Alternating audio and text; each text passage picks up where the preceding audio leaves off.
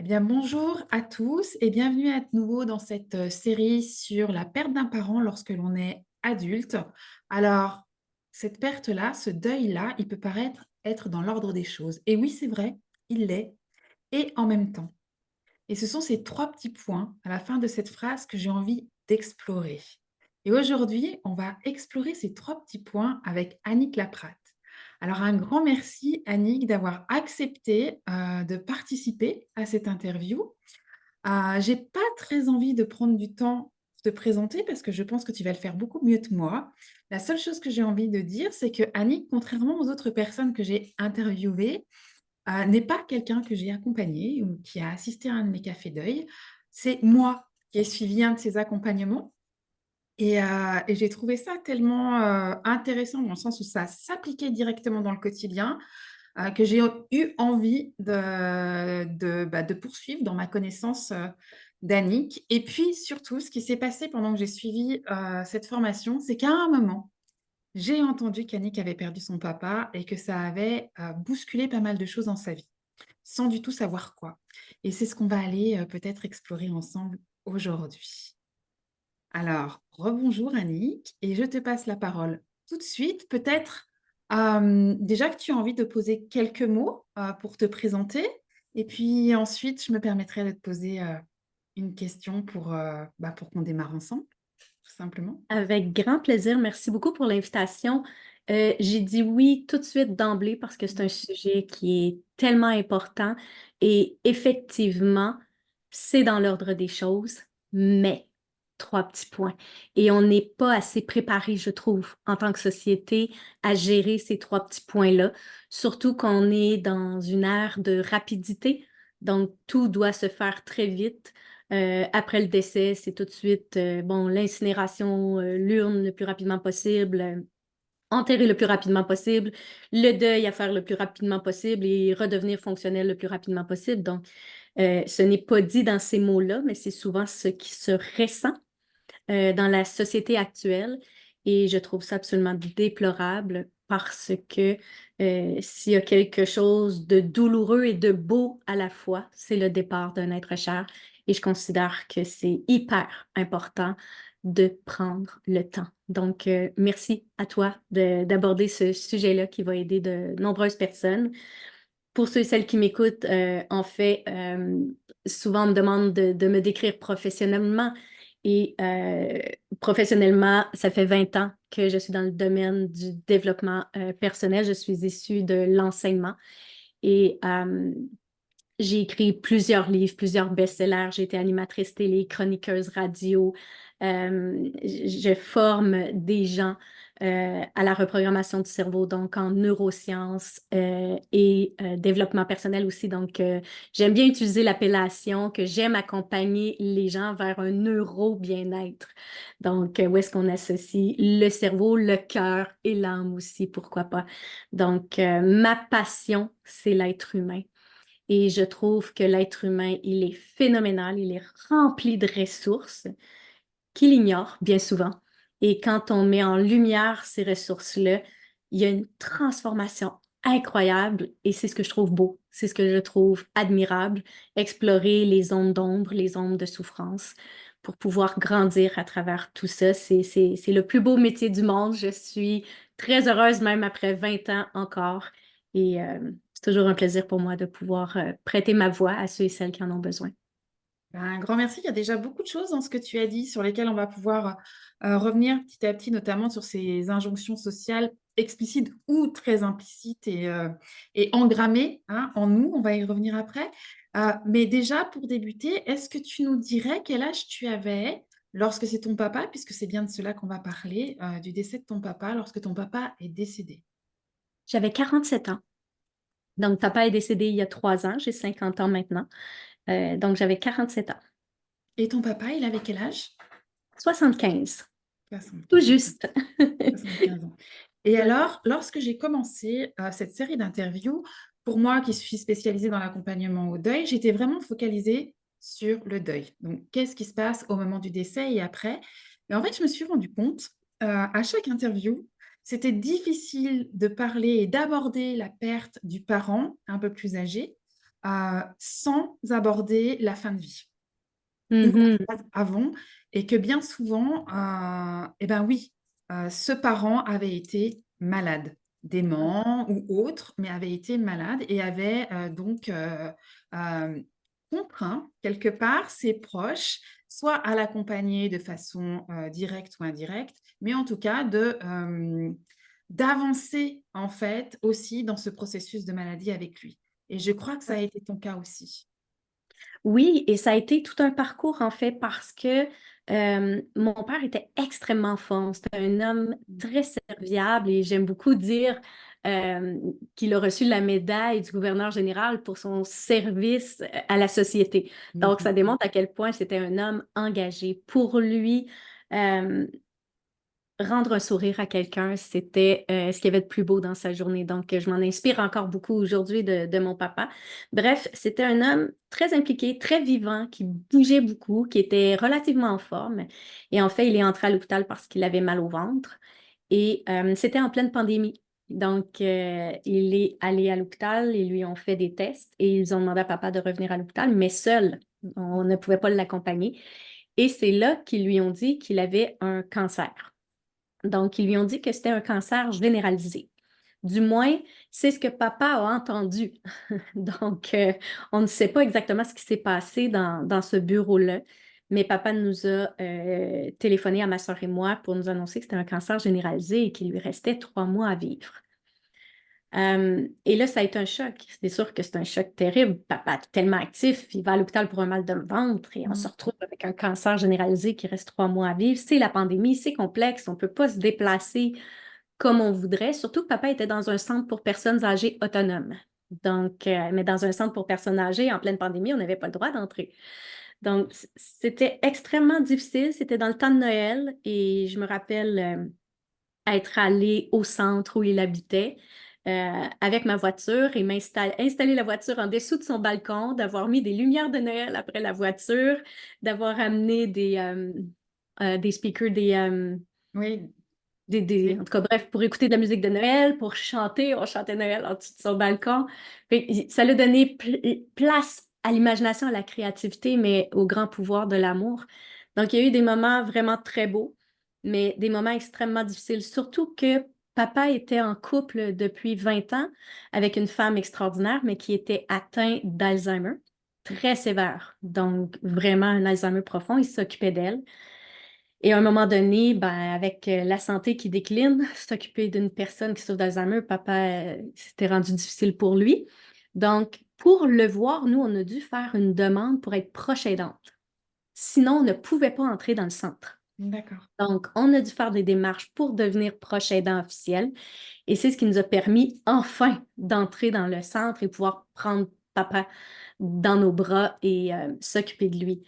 Et en fait, la particularité, c'est que au bout d'un certain temps, au bout une dizaine de jours, 2 semaines, 3 semaines, je sais plus, on est resté avec papa. Puis à un moment donné, sa santé vraiment s'est mise à décliner et il commençait à avoir des pertes de conscience, tout ça. Puis papa voulait mourir à la maison, il voulait mourir chez lui. Sauf que là, avec les pertes de conscience, c'est sa femme qui souffrait d'Alzheimer qui, elle, ne comprenait pas, qui pensait que papa dormait, qui le brassait un peu, le prenait dans ses bras, même inconscient, le brassait pour qu'il se réveille parce qu'elle voulait qu'il vienne manger. On essayait de lui expliquer qu'il était inconscient, mais elle ne comprenait pas. Bref, c'était compliqué. Fait qu'à un moment donné, j'ai dit à papa, j'ai dit, je sais, papa, que ton souhait, c'est de mourir à la maison, mais j'ai dit, il faut comprendre que c'est compliqué avec ta conjointe, c'est difficile, et je pense pas que c'est un bon contexte pour elle d'assister à tout ça. Et ça complexifie la tâche. Parce que j'ai dit, s'il faut que tu libères ton dernier souffle et que je peux même pas vivre ton grand départ parce que je dois gérer Mm. une femme qui pense que tu es son papa ou que tu es le concierge ou que... Il y avait quelque chose de complètement ridicule dans cette situation-là. Donc, malgré sa très, très, très grande peur des hôpitaux, papa a accepté qu'on appelle l'ambulance et qu'il aille à l'hôpital et il a été admis dans l'unité de soins palliatifs. On a à ce moment-là fait appel aussi à la famille de la conjointe de mon père. Ils ont placé leur mère dans un centre pour personnes atteintes d'Alzheimer. On a libéré l'appartement et on a pu enfin se consacrer pleinement à papa. Et bonne nouvelle, revirement de situation, papa reprend des forces, reprend vie. euh, et au bout de 3 mois, le médecin entre dans la chambre et dit: Monsieur Laprade, vous ne voulez pas mourir, donc on va devoir vous laisser partir. Mais là, il faut savoir qu'il n'y a plus de maison pour mon père. Et comme mon père n'aime pas beaucoup les centres et les hôpitaux, et que moi, c'était un de mes plus grands souhaits, c'est de pouvoir avoir mon papa à la maison, mon père a accepté de venir vivre chez moi. Et il a dit: Je vais aller vivre chez toi et libérer mon dernier souffle chez toi. Donc, je suis devenue, à ce moment-là, à nouveau proche aidante à temps plein. Et on a accompagné papa jusqu'à son dernier souffle ici à la maison. J'imagine que toi, ça a dû te demander énormément d'ajustements, que ce soit au niveau de ta vie professionnelle, de ton Oui. habitation, de tes relations familiales, mari-enfant. Écoute, c'est incroyable parce que, tu sais, tantôt, je disais que c'est le diagnostic qu'il avait eu, tu sais, qu'il lui restait 3 mois vu que c'était un cancer généralisé. Sauf que mon père demeurait à 2 heures de route de chez moi. Donc, quand il est arrivé chez moi, il y a eu une nouvelle équipe en place, donc un nouveau médecin à domicile. Et ce médecin-là a regardé son dossier, puis il nous a dit: Votre père n'a pas un cancer généralisé.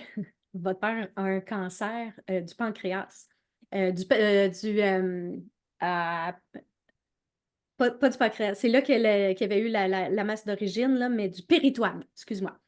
Et là, il m'a dit, à défaut, dans notre langage médical, des fois, on va dire que c'est le cancer généralisé du système digestif.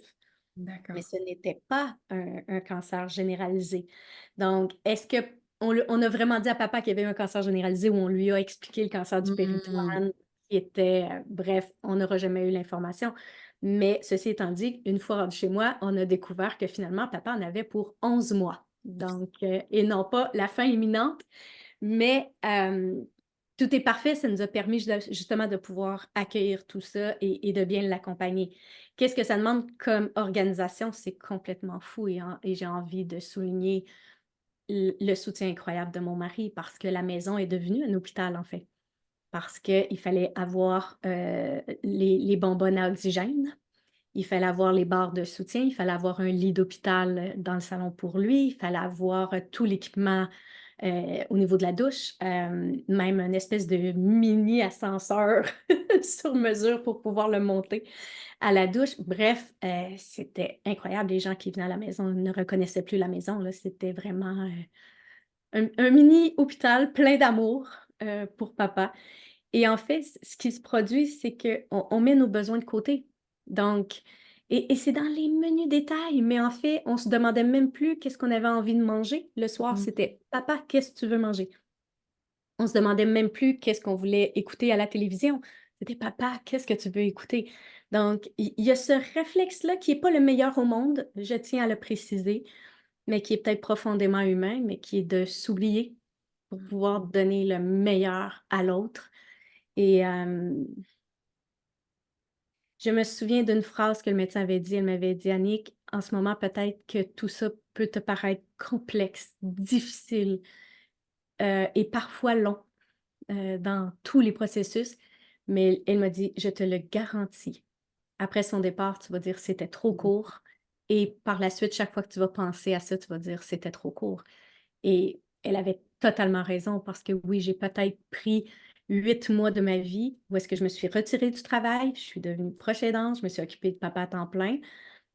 Hem et si c'était à refaire, je le referais. Donc même si j'ai vécu un été complet sans me baigner dans la piscine ou aller faire du camping ou des vacances d'été, on s'en fout. C'est quoi un été dans une vie? Donc, sur le moment, ça peut être un petit peu plus difficile, surtout pour les conjoints, les enfants, les amis, les gens qui sont autour de nous. Ça peut être un peu plus difficile pour eux, mais c'est vrai que ça passe vite et aujourd'hui, je voyage un peu partout dans le monde puis je me dis: «Je n'ai aucun regret. J'ai donné le meilleur à mon père et aujourd'hui, je garde à l'intérieur de moi tout ce qu'il a pu me léguer et j'avance en honorant sa mémoire et ses qualités, ses valeurs qu'il incarnait». On va revenir sur tout ça.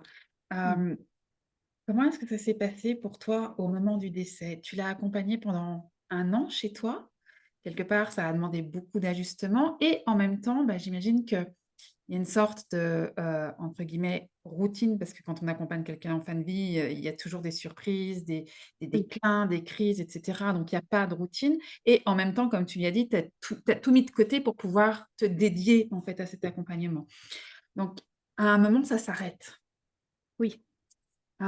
Comment est-ce que ça a été pour toi ce moment et le revoir, j'ai envie de dire, le moment du passage et Mhm. ben, cet après, tu nous en as déjà un tout petit peu parlé, mais Ouais. Euh, je comprends très, très bien la question, mais pour moi, dire au revoir, ça a été la partie la moins difficile.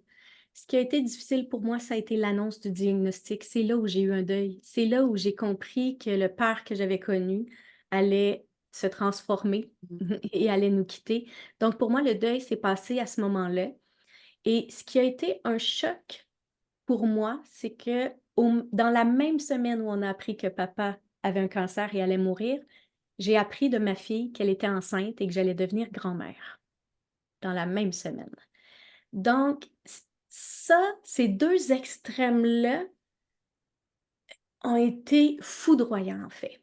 Et j'ai perdu racine, j'ai perdu pied parce que pour faire image, tu sais, quand on va à la foire, là, il y a la grande roue, ouais, tu sais, tout à fait.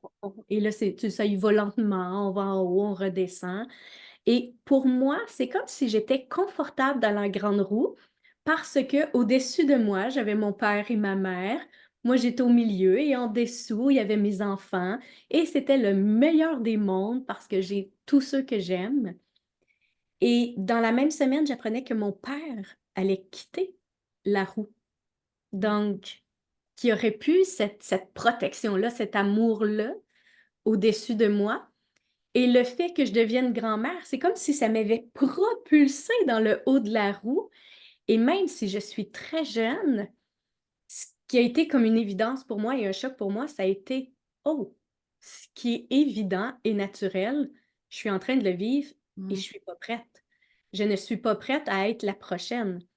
Et quand j'en parlais autour de moi, les gens avaient tendance à rationaliser et dire: «Annick, franchement, tu es la prochaine parce que tu deviens grand-mère, mais c'est pas avant 30 ou 40 ans, si tu prends soin de toi, là, tu meurs pas demain». Je dis: «Je sais que je vais pas mourir demain, mais je suis la prochaine dans la roue, je suis rendue là. C'est moi maintenant, tu sais, qui est rendue au sommet, là, et Ouais, qui prend en soin fait des autres en dessous. Donc, quand la roue va tourner, c'est moi qui va être éjectée». Et comme je devenais grand-mère, je me disais: «Mais comment je vais faire pour être une bonne grand-mère?» Parce que mon père et tout autant que ma mère ont toujours été là pour m'accompagner dans les grandes transitions. Bon, ils m'ont eu bébé, ils m'ont aidé à devenir enfant, ils m'ont aidé à devenir adolescente, ils m'ont aidé à devenir adulte, ils m'ont aidé à devenir mère. Et là, j'allais vivre une autre transformation qui était j'allais devenir grand-mère et mon père partait. Et c'est ce qui me rend émotive, c'est pas son départ, mais ça a été de dire: «Comment je vais faire sans lui?» Sans avoir l'approbation de papa, de dire: «Ça va ma fille, tu vas être une bonne grand-mère». Et c'est là qu'on réalise que même si on a la sagesse, même si on a grandi, même si on s'en va vers nos 50 ans, on a quand même 5 ans dans notre cœur, puis on cherche encore la protection, de nos parents. Donc pour moi, ça a été un choc, vraiment un choc, mais au-delà du départ, ça a été le choc aussi de ma position dans cette grande roue de la vie et comment j'allais, aborder tout ça. Et pour répondre à ta question, en fait, ce qui a été merveilleux, c'est que mon père, tout autant que ma mère, ont été extraordinaires et il a réussi à me léguer tout ce qu'il avait à me léguer avant de partir.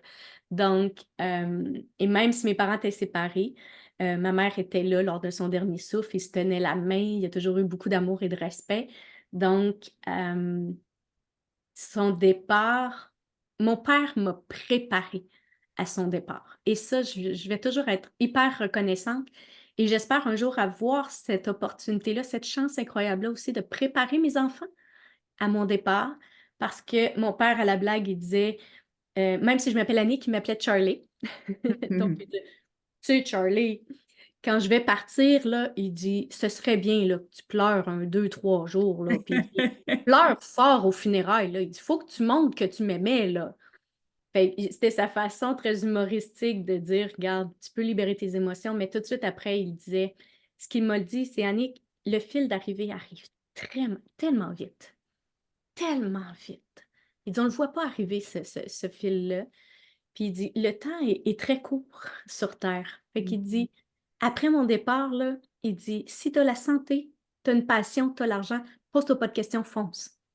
Arrête de douter, arrête d'attendre, arrête de voir si ça plaît ou si ça déplaît. T'sais, profite. Il dit, la vie, c'est un beau grand buffet. Il dit, il faut pas que tu penses que les gens vont venir te servir. Comme au buffet, il faut se lever, puis aller se servir, puis dire, sers-toi dans la vie. Va au bout de tes rêves.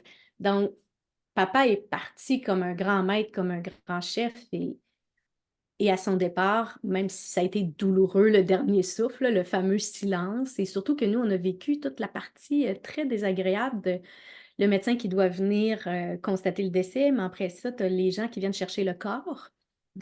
Et là, par la loi, aucun défunt ne peut quitter une porte sans être complètement couvert. Donc, bon, le fameux sac en plastique noir, là, mettre le corps dedans, puis ils partent. Ça, c'est la partie un petit peu désagréable, qui peut être douloureuse, qui peut être fou. Mais somme toute, son départ a été une grâce. Son départ, il a fait ça comme un champion. Je suis tellement privilégiée de l'avoir eu comme papa. Pour moi, le deuil, ça a été à l'annonce du diagnostic.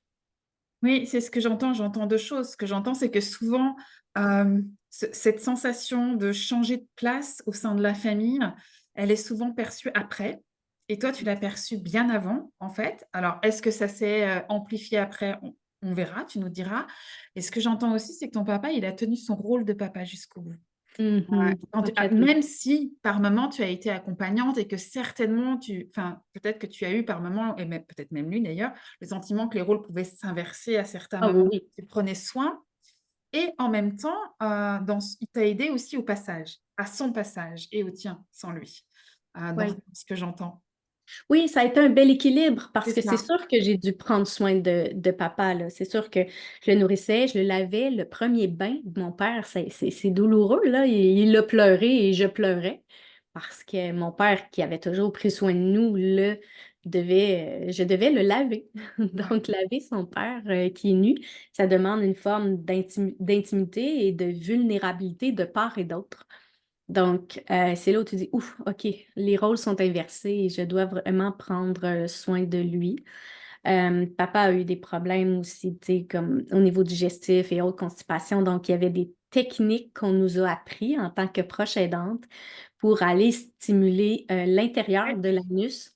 Mm. Donc, euh, donc, je devais Oui. faire ça tous les jours avec mon père. Au début, c'était un peu intimidant, mais à la fin, mon père, on en faisait des blagues, là, tu sais, on disait, bon, ben, ça y est.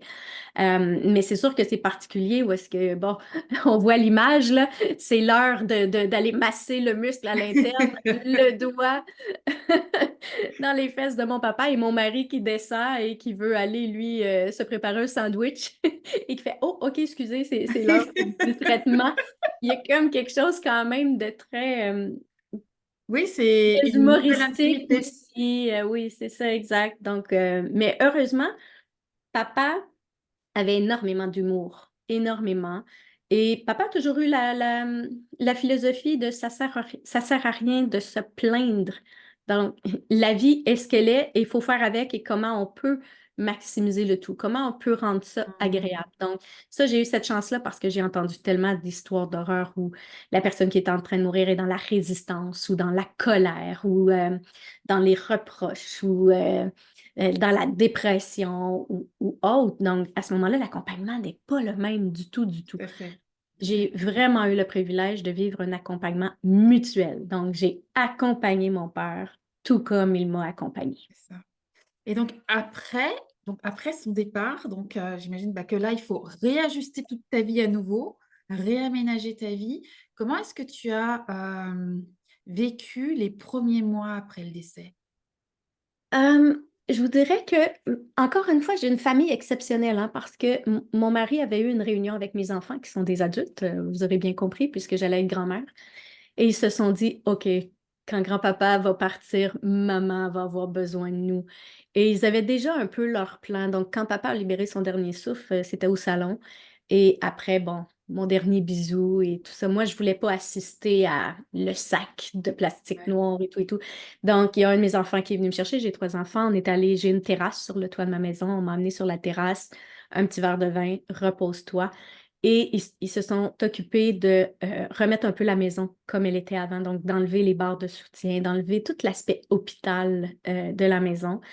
Et ils sont venus me chercher peut-être 2 heures plus tard et la maison, elle était nickel, elle était nickel, comme on dit. Et tout en étant dans le respect aussi, c'était pas d'être dans le déni, c'était juste de dire, OK, on va amorcer une nouvelle étape. Et ce que j'ai fait après les funérailles, euh, moi, j'ai loué un hôtel pendant 4 jours, tout seul. Ok. Et j'avais besoin de pouvoir pleurer tout ce que j'avais à pleurer sans me sentir coupable ou sans être pris par un horaire. Il faut préparer le repas, les enfants viennent, bon, etc. J'avais besoin de solitude, j'avais tellement donné, j'avais besoin de reconnecter avec moi-même. J'avais loué un hôtel qui était pas loin d'une forêt. Je voulais pouvoir aller crier tout ce que j'avais à crier sans être jugée, sans... Je voulais pouvoir tout simplement accueillir ce qui est là, accueillir la petite fille de 5 ans qui perdait son papa, parce que l'adulte en moi, rationnel, comprenait, mais la petite fille de 5 ans avait besoin de pleurer tout ça. Et après ces 4 jours-là, je suis rentrée à la maison et je me suis dit, OK, la prochaine étape, c'est de prendre soin de mon corps.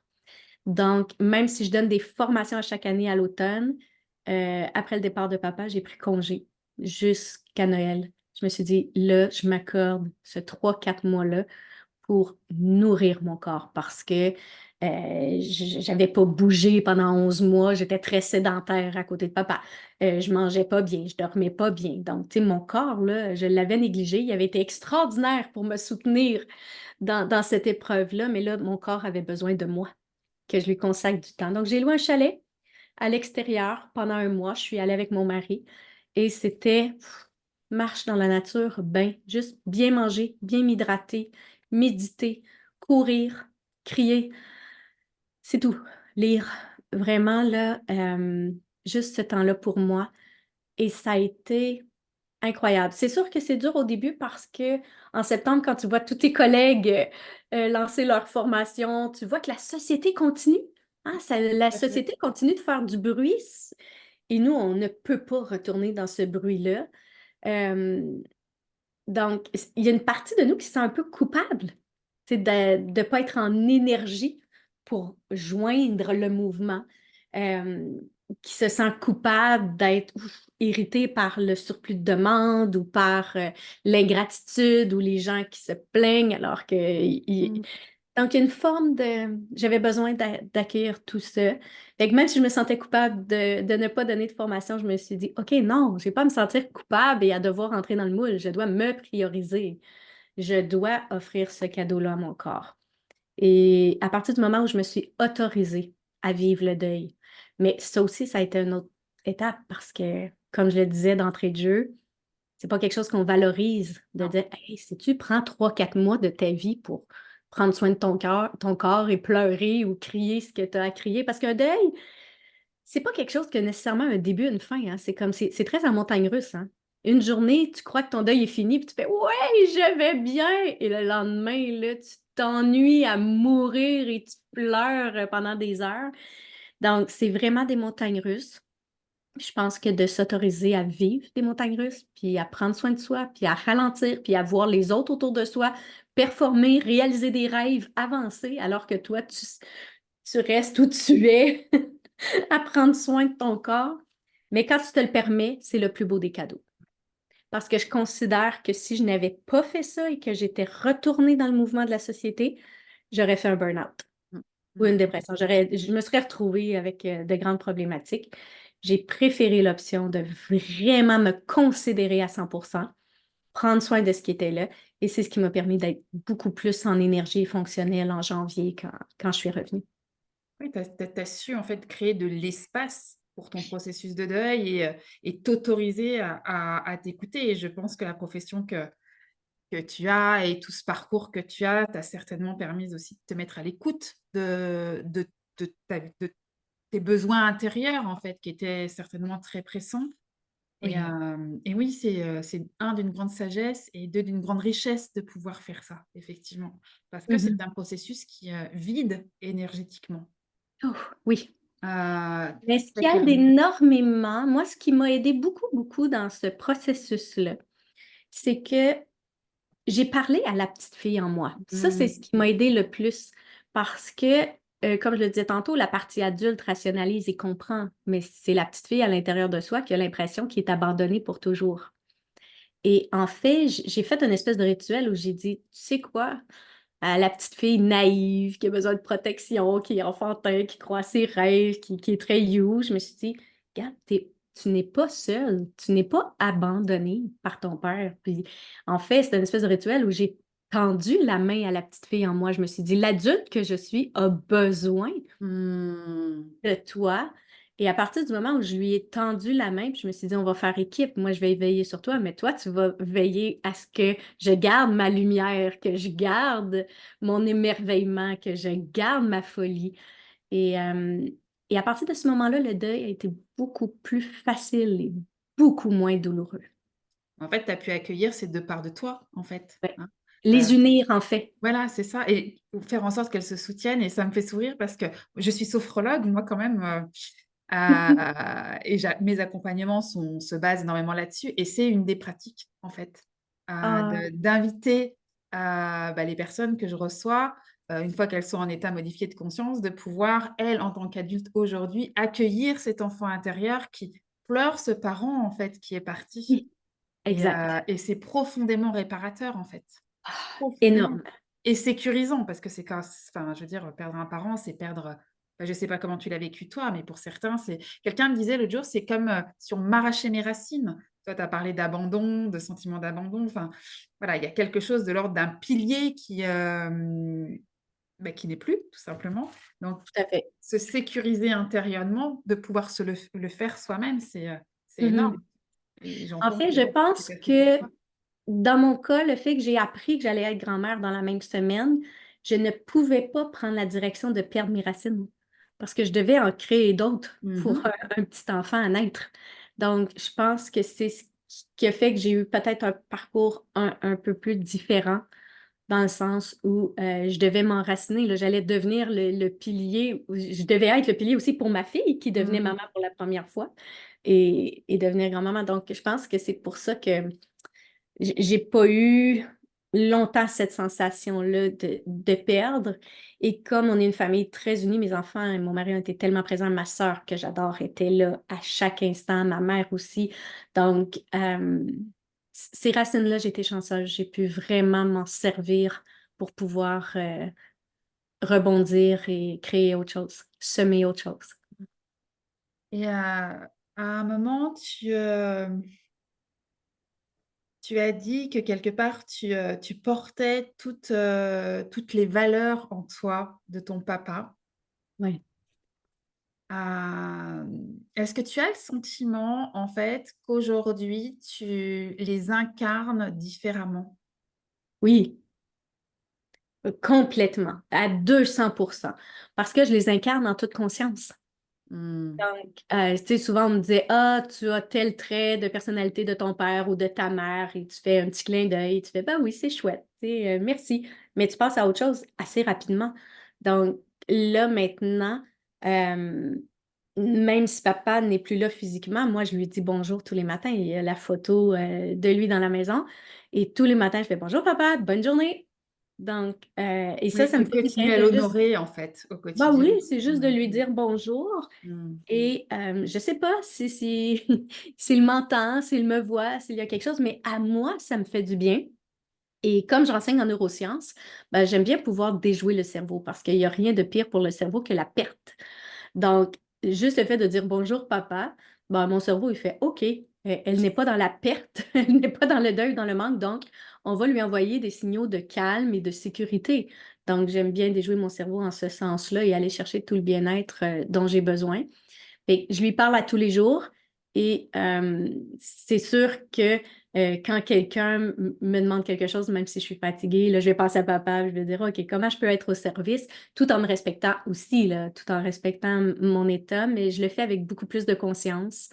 Euh, je l'entends un peu plus qu'avant, finalement. C'est comme s'il était un peu plus présent même parce D'accord. que je l'entends tous les jours me dire Souris, comment tu peux aider quelqu'un à être mieux, comment tu peux servir, comment tu peux mettre un peu plus de joie et de bonheur dans ta vie et dans celle des autres. Et j'ai envie de raconter cette anecdote-là qui va peut-être avoir moins d'impact puisqu'il n'y a pas le visuel, mais je le fais en conférence.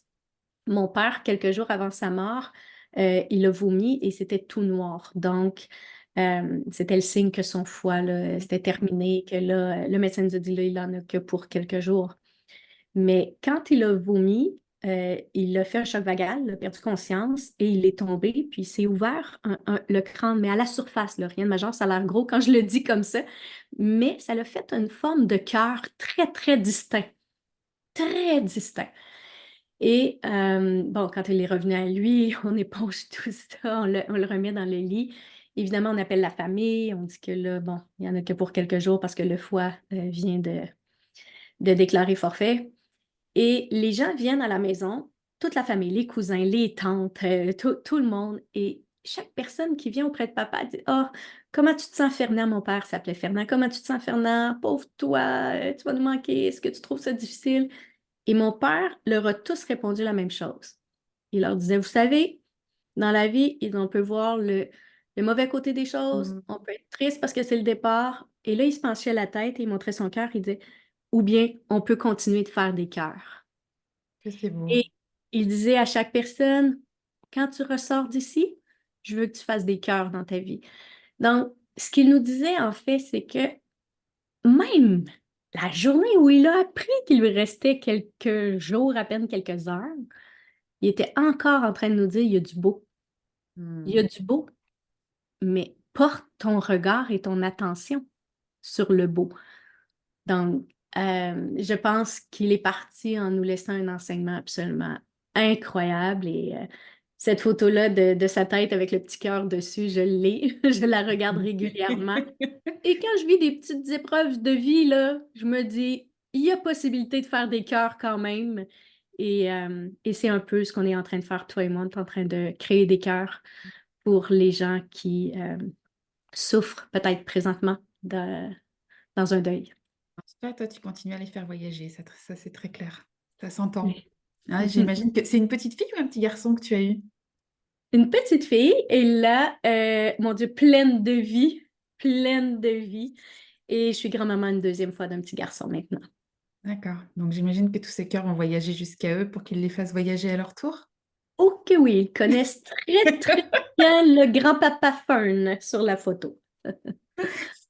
Et est-ce qu'il y a d'autres pans de ta vie que tu as eu envie de transformer? J'entends bien que voilà, tu as fait certaines choses ou que tu vis les choses différemment parce que tu les vis beaucoup plus en conscience, que tu Oui, es habité par cette valeur de service quelque part que tu fais voyager, que tu véhicules et que tu incarnes. Est-ce qu'il y a d'autres pans de ta vie ou des priorités qui ont changé? complètement, complètement. C'est comme si pour moi le regard des autres était tellement, mais tellement moins important. Souvent, j'avais tendance à être rationnelle, à prendre des décisions professionnelles en fonction de ce qui était mieux, Hmm. de ce que le public attendait de moi, ou bref. Et à un moment donné, tu sais, après le départ de papa, quand il disait le fil d'arrivée arrive trop vite, Hmm. écoute ton cœur, écoute tes passions. Et aujourd'hui, je suis beaucoup plus volontaire, beaucoup plus audacieuse. Et des fois, mon équipe à l'interne vont dire oui, mais Annick, il y a un risque. Et je fais ouais, c'est génial qu'il y ait un risque. Parce que c'est ce qui nous rend vivants, c'est ce qui nous permet d'explorer, c'est ce qui nous permet de vivre des choses absolument incroyables. C'est vrai quand on y pense que notre passage est court. J'ai 50 ans aujourd'hui au moment où je vous parle. Il me reste combien d'années de qualité de vie? Parce que j'ai interviewé quelqu'un dernièrement qui est très, très, très connu ici au Québec au niveau de la santé physique. Puis elle disait, les gens meurent vers 84, 85, la moyenne d'âge environ, mais ne sont en santé que jusqu'à 68, 69, là. Donc, Ouais. si... Et là, je ne suis pas en train de dire que je vais perdre la santé à Oui, 70 ans, mais on c'est ne pas sait ça que pas. je dis, mais c'est quand même une réalité quand ça va vers la vieillesse. Donc, si j'ai 50 ans, il me reste peut-être 15, 16 ans, puis mon Dieu, je vais tout faire pour qu'il en reste plus, là. Je veux être bien comprise. Mais si on regarde les chiffres, il me reste peut-être 15 ans pour vraiment explorer la vie à fond et me permettre toutes les aventures inimaginables. Hmm. Et en fait, on ne regrette jamais ce qu'on a fait, on regrette ce qu'on n'a pas fait. Parce que les erreurs qu'on fait, ben, on apprend puis on évolue. Mais par contre, quand on avait un rêve, on avait un objectif puis qu'on n'a rien fait pour l'atteindre, ça, c'est difficile. Et papa me disait, tu vois, Annick, c'est cliché, on l'entend partout, même dans les films, mais papa était sur son lit d'hôpital dans ma maison. Puis il dit, regarde autour, Annick. Il dit, je n'ai plus de meubles, je n'ai plus de femme, tu sais, puisqu'elle était atteinte d'Alzheimer. Il dit, tout ce qu'il me reste, ce sont mes souvenirs. Il dit, je vais partir avec mes souvenirs. Il m'a dit, assure-toi de vivre à fond pour avoir plusieurs souvenirs à chérir. Parce que Hmm. c'est ce qui ça va être ton compagnon en fin de vie, tes souvenirs. Donc, ça l'a transformé ma vision de la vie. Ça l'a transformé ma trajectoire aussi, au grand découragement de mon mari, des fois, qui fait, oh mon Dieu, pas une autre aventure. Mais moi, je dis, ouais, on a juste une vie à vivre, il me reste 15 ans. Et là, des fois, il dit, hey, là, fais attention à ce que tu dis, il dit, je ne vais pas te perdre dans 15 ans. Mais il y a comme cette urgence de vivre là et de, les pacotés, la bisbille, les qu'en dira-t-on, plus le temps pour ça. Ouais. Vraiment, pas le temps de s'emmerder, pas le temps de chercher les poux, les punaises. Non, non, Ouais. non. On y va à fond, on aime autant qu'on peut, puis on explore le plus possible. Et ton papa, il est décédé il y a 3 ans et tout ça s'est fait relativement vite ou ça s'est fait par étapes avec des émotions, certaines émotions plus fortes que d'autres? Ah, alors j'ai entendu que pendant ces 4 mois hein, que tu es partie dans ton chalet, à peu près. J'étais partie 1 mois, mais je me suis permis 4 mois de repos. Voilà. Il y a eu Le tes reste du temps 4 était à la maison. mois et après ça a évolué comment jusqu'à aujourd'hui pour que tu en arrives à ce que tu viens de nous partager en fait? Euh, Comment je pourrais dire? C'est après, quand je suis revenue au travail et qu'on me demandait des conférences ou qu'on m'invite à la télé, à la radio ou autre, même si on me demandait de parler de neurosciences, je me permettais vraiment de parler de papa puis de l'importance d'être soi. Et il y avait comme ce besoin très, très fort de le garder vivant là avec moi. Et il y avait cette volonté très forte de dire, je m'en fous ce que les gens veulent, moi je vais dire ce que j'ai envie de dire. Et heureusement, tout ça s'est apaisé. Donc, aujourd'hui, 3 ans plus tard, je pourrais dire que je suis un peu plus en équilibre entre, OK, voici le parcours que j'ai à faire quand même de façon très professionnelle, mais comment je peux continuer d'être vrai, d'être authentique, d'être alignée Authentique, ouais. avec mes besoins du moment et d'explorer la vie, là. Donc, je me permets davantage de dire oui, de dire non. Euh, avec Je dois être vigilante, par exemple, parce qu'après le départ de papa, c'est comme s'il n'y a pas rien qui peut t'arrêter. Tu sais, c'est comme hyper Rage puissant. de vivre. On va mourir, donc il faut absolument vivre. C'est fort. Au bout d'un certain temps, le on va mourir, il faut vivre, perd un peu de son intensité, heureusement, parce qu'il faut quand même reprendre un rythme normal. On dit tout le temps en neurosciences que le cerveau va finir par normaliser le tout, heureusement. Et aujourd'hui, je suis beaucoup plus en équilibre par rapport à ça, entre suivre une belle trajectoire professionnelle, mais exister en toute authenticité à travers ça. Super. Et tu nous as dit aussi que tu avais été, très soutenue donc par ton conjoint, tes enfants, enfin bon, ta sœur elle le traversait, certainement très différemment que toi, mais aussi, mais enfin en tout cas tu as été soutenue par tes proches. Est-ce que tu as eu d'autres ressources qui ont été importantes pour toi, que ce soit, des personnes ou que ce soit, des lectures ou autre chose en fait? Une panoplie, un arc-en-ciel d'aide. Ah oui, j'ai été tellement aidée et soutenue. autant par les cousins, les cousines, les tantes, tout le monde. On avait un réseau d'entraide continu. J'ai lu beaucoup, après le décès de papa, un livre sur le deuil de Jean Montbourquette.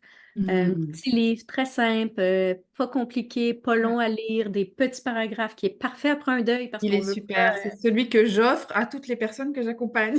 Ah oui, écoute, une journée tu vas pas bien, tu ouvres une page et Ouais. voilà, c'est fait, le travail est fait. Donc, ce livre-là m'a énormément aidée. Euh, En moins de 24 heures après le décès de papa, j'ai joint un groupe Facebook sur le deuil parce que ça me faisait du bien de lire des gens qui souffraient autant que moi. Parce que, bon, mes amis, ils peuvent me comprendre, peuvent me faire Hmm. un câlin, mais ils ne peuvent pas ressentir la souffrance là, Ouais. qui prend tellement de place. Et de joindre ce groupe-là, de lire, de partager, ça m'a fait un bien fou, tu sais, donc de ne pas s'isoler.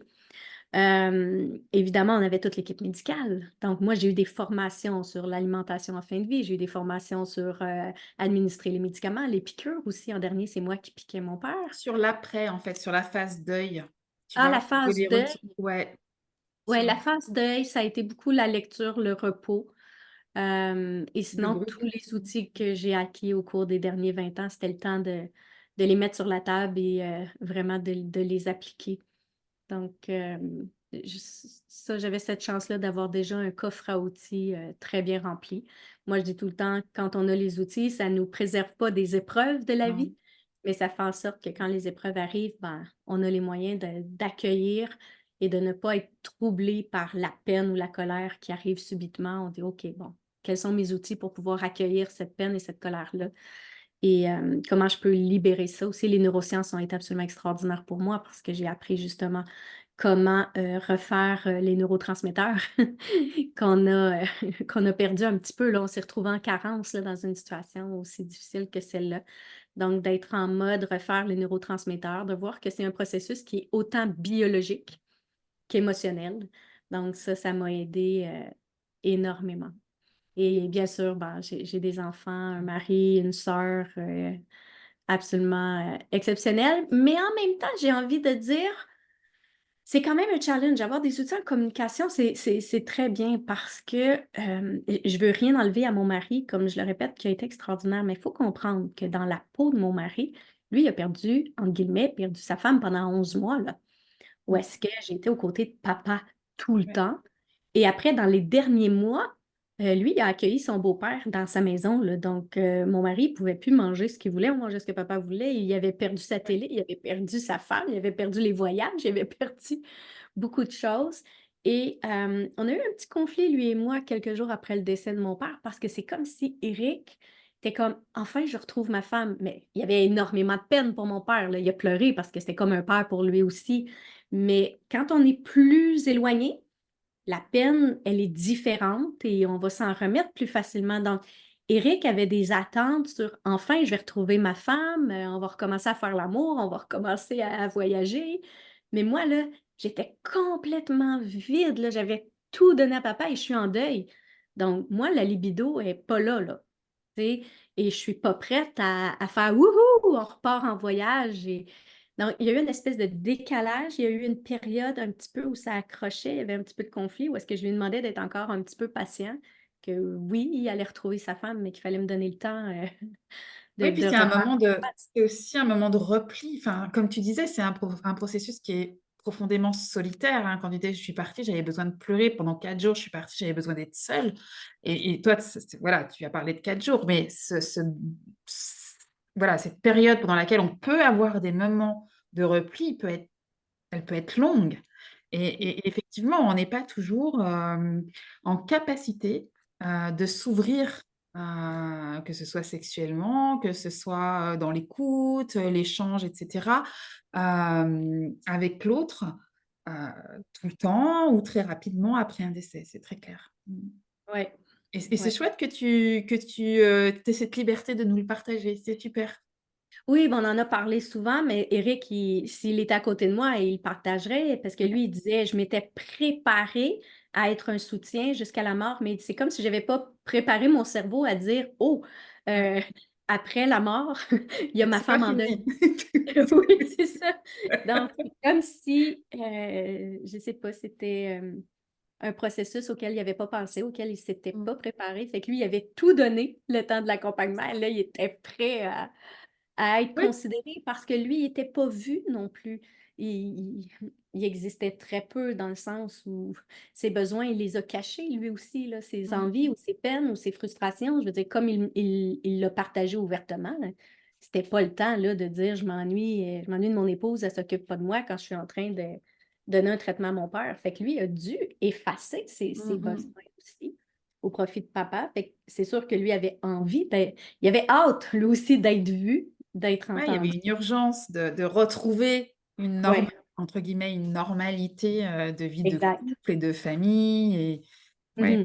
de Mais c'est pour ça que je légèreté. dis, ça prend vraiment une bonne base en communication, une Ouais, ouais, bonne ouais. écoute pour pouvoir savoir où l'autre est rendu dans son processus et comment on peut accompagner l'autre tout en se respectant soi-même aussi. Ouais, c'est ça, parce qu'on n'est pas tous au même endroit au même moment, et ça ne veut pas dire que la peine est moindre ou qu'il y a moins de tristesse, et qu'elle va parfois s'exprimer pas au même moment, et que l'autre sera dans une autre phase, en fait, à ce moment-là, hein. Et ça peut Oui, et c'est effectivement créer... surprenant pour nous parce que si une journée, je suis hyper heureuse, je me C'est dis, ça ça. y est, le deuil est terminé, je reprends vie, mais pour le partenaire de vie ou les enfants ou les amis, bon, ils disent, bah, eux autres aussi, ils reçoivent le signal, ça y est, ça va bien, on a retrouvé notre vie.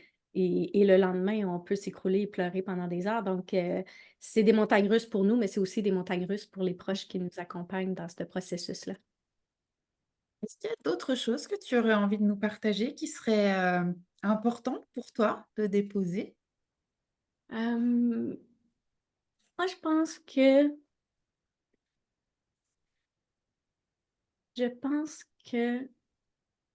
le conseil que j'aurais envie de donner, c'est n'ayez pas peur d'aller chercher toutes les informations dont vous avez besoin, que ce soit dans l'accompagnement.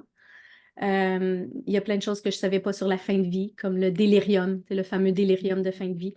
Donc, le fait de s'informer et d'en parler aussi, ça enlève beaucoup de stress.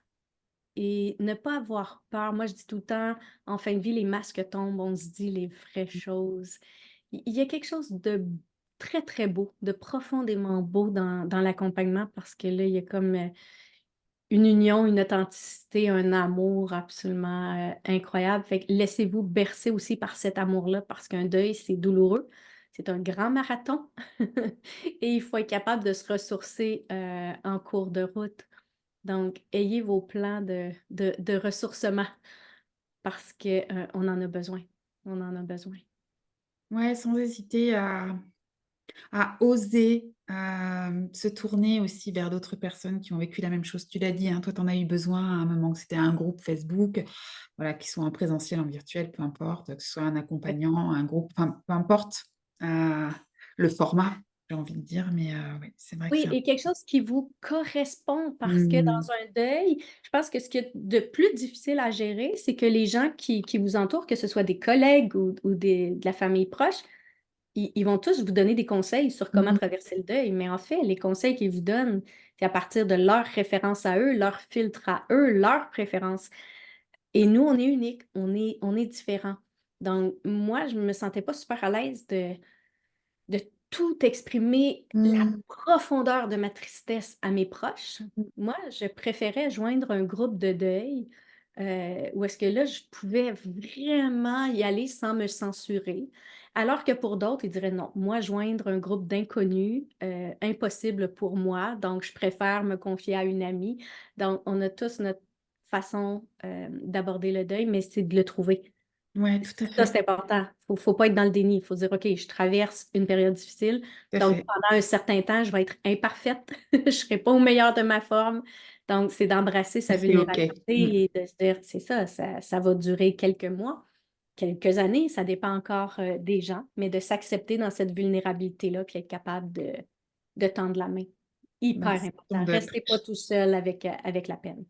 ce sont des conseils très sages, un grand merci. Et juste une dernière chose, je comprends mieux Vibrance 2 que j'ai suivi maintenant que je t'ai entendu, puisque du coup, je fais des liens et c'est sorti, c'est un des premiers accompagnements qui est sorti quand tu t'es remise au travail, j'imagine. Et ça correspond, enfin, ça fait tellement résonance avec ce que tu as vécu toi, de reprendre soin de ton corps ouais, hein? C'est ça? Bah oui, bah oui. Et Vibrance 2, c'était tellement ça, en fait, hein? Vibrance 1, Vibrance 2, et là, on est en train de faire Vibrance Ouais, 3 et je 4, sais. mais les expériences Vibrance de 21 jours, c'est tout simplement dire, OK, on va consacrer euh, une période, tu sais, une certaine période, là, quelques jours, à soi. C'est ça, et Vraiment. là, c'était vraiment sur la remise en mouvement, et l'écoute du corps et voilà, et du coup, je fais vraiment le lien entre ton vécu, ce que tu as vécu toi, ce que tu avais mis en place toi pour toi et comment tu as pu ensuite proposer certaines choses, aux autres. Bah, en tout cas, un grand merci. Je voudrais quand même juste, mentionner tes 2 livres si certaines personnes ont envie d'aller les découvrir. À quelle fréquence vibrez-vous? Mhm. Et l'autre, c'était reprogrammer votre cerveau pour une vie meilleure. Oui. Hein, c'est ça, et puis il y a tout plein d'informations sur ton site aussi, annicklaprade.com, pour ceux qui ont envie de te découvrir un peu plus sur le plan professionnel, ce professionnel qui va être tellement incarné et imprégné de tout ton vécu de vie, dont celui que tu viens de nous partager, bien évidemment. Hein. Merci, ça va me faire plaisir d'échanger avec tous ceux et celles qui sont intéressés. Ouais, et encore, mais vraiment très sincèrement, un grand merci déjà d'avoir accepté de façon aussi spontanée, alors que finalement on ne se connaissait pas. Donc de Mais cette c'est un confiance. sujet absolument extraordinaire. Ouais. Faut pas lâcher le morceau. Ah ben, je risque pas, hein, c'est un sujet de cœur, moi, c'est un sujet passion et vibrant en fait. Pour moi, c'est un Mm. sujet vibrant de vie, Ok, oui. en Ok, fait. oui. Ouais. Je te souhaite tout le meilleur du monde et comme mon À papa toi dirait, aussi et un grand continue de merci. faire des cœurs. À tout bientôt.